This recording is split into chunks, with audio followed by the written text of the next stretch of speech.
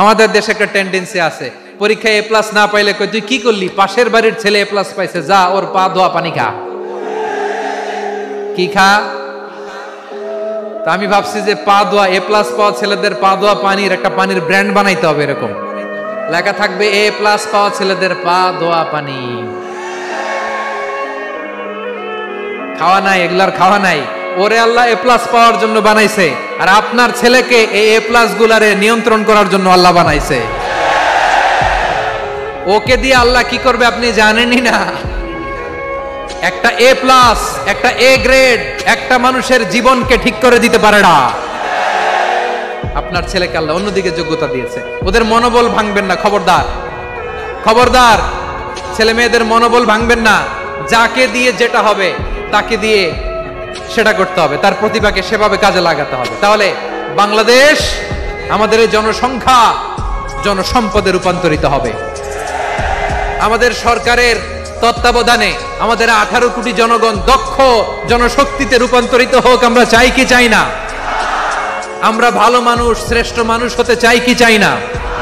ওই জাপানিজদের মতো সৎ, ওই ইউরোপিয়ানদের মতো কালচার্ড।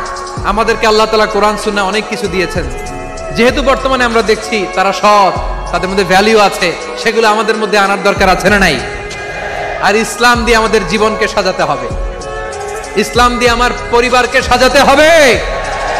ইসলাম থেকে, কোরআন থেকে প্রেসক্রিপশন না নিলে জীবন সুন্দর হবে না।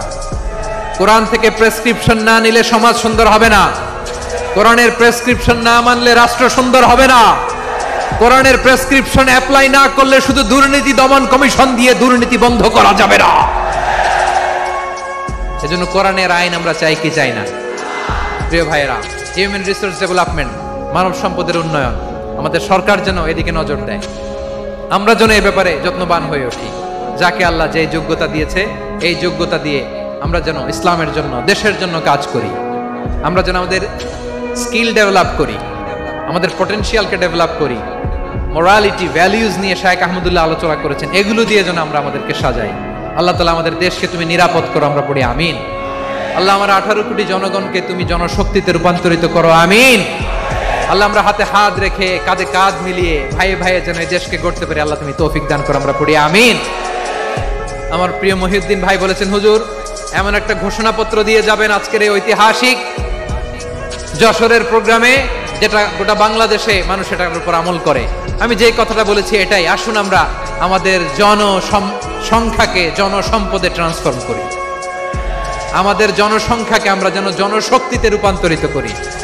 জনসংখ্যাকে ট্রান্সফর্ম করে জনশক্তি দিয়ে আমরা যেন আগামীর বাংলাদেশ, স্বাধীন বাংলাদেশ 2.0 কে গড়ে তুলি। আল্লাহ তাআলা আমাদের সবাইকে কথাগুলো বোঝার, আমল করার তৌফিক দান করুন।